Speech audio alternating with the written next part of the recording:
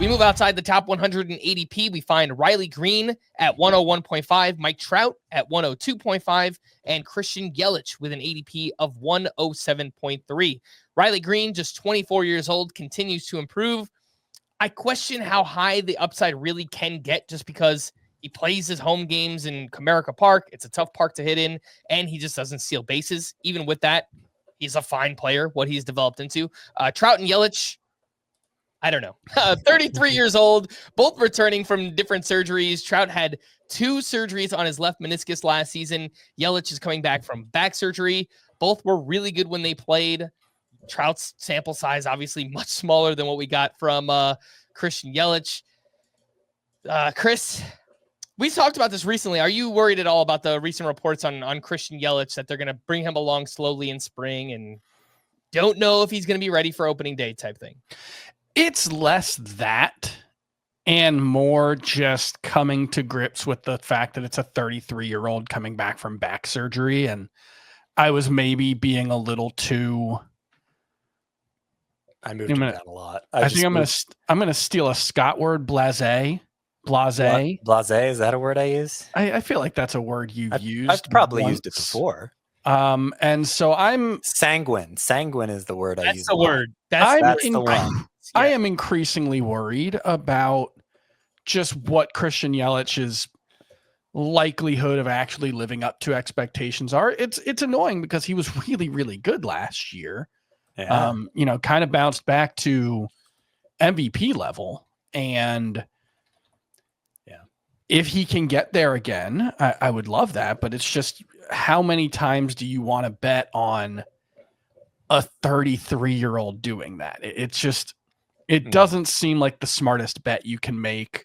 I think I'd rather let him go until more like 120 in the ADP is probably where I'd be a little more comfortable with him. And I would actually much rather have Mike Trout. I don't know if that's a hot take, but I think Trout's the better player, and the injury that he's coming back from is one a little less recent, if I'm remembering correctly, and just a little less severe.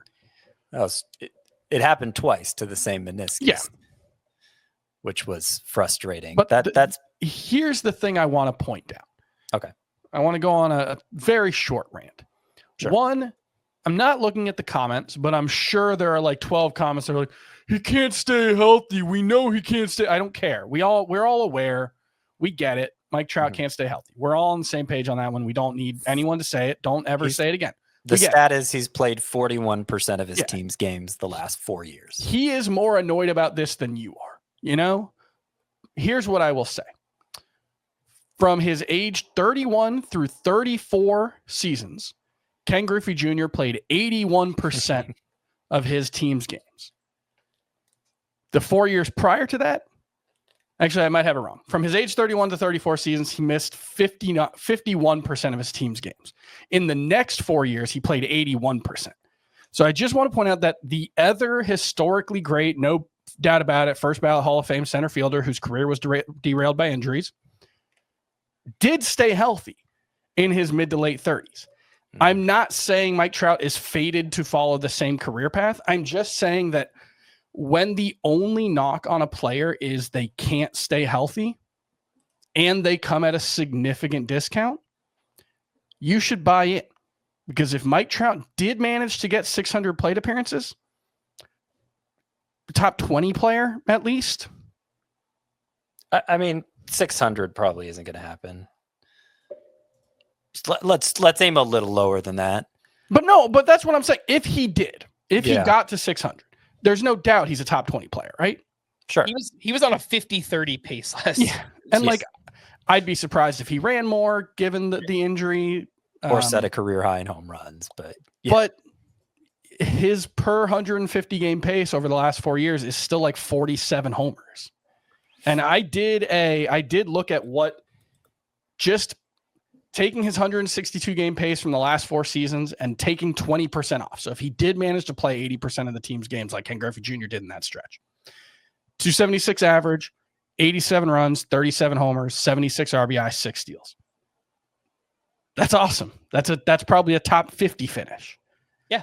I mean, that would be a huge win at his ADP right outside the top 100. It's just nobody knows. We just don't know whether or not Mike Trout is going to stay healthy. And it's especially hard in those deep roto leagues where, if you miss on the pick, you're in a points league, though, 3 outfielder points league. Good replacement value. Yeah, you could take that shot. He is the most.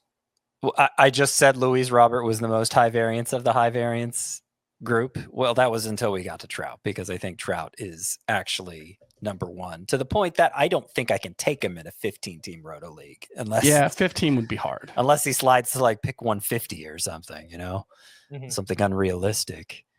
If I could circle back to Yelich just for a minute, he averaged 3.78 points per game last year, which was more than Mookie Betts. And Chris said he was returning to like an MVP level, not the MVP level where he was approaching 50 homers. Yeah. But a level, a 25 homer, 30-40 steal pace with a high on base percentage. That's what he was doing before he got shut down with the back issue. And what caused him to drop off as an MVP contender was back problems. Like, he was playing through a bad back for years. Back surgeries are complicated. Ask anybody who's had one. Like, it's not straightforward. And so we can't be sure what Christian Yelich is going to look like. I don't like hearing that he may not be ready for opening day. That to me is a red flag that caused me to drop him from 14th in my outfield rankings to 30th. So big drop. But I'm more in line with ADP. I'm still giving myself a chance to get Christian Yelich because I think the upside is high. And I think it's possible that the back surgery ends up being a boon for him if it helps him overcome all the pains he's been going through the last 4 years. Yeah, I do just want to quickly touch on Riley Green because we haven't talked about him. I don't want to discount the possibility of him just improving once again at his age. I think that's possible. Something like mid to upper 20s home runs, 6 to 8 steals. If the Tigers lineup gets better, just better counting stats all around, that's all in. I'm not going to say it's guaranteed to happen, but I think it's like a realistic possibility for Riley Green to just continuing to get better. I just don't know that, again, that he has this huge upside like some of these other names we've talked about. All 3 guys better in categories or head-to-head points? Yelich and Trout points. And I would say Green's probably about the same. Yeah, his plate discipline isn't great. It's Riley Green is Nick Castellanos to me, where if he gets out of Detroit, we're going to see a big breakout. But as it is, I think he just is what he is.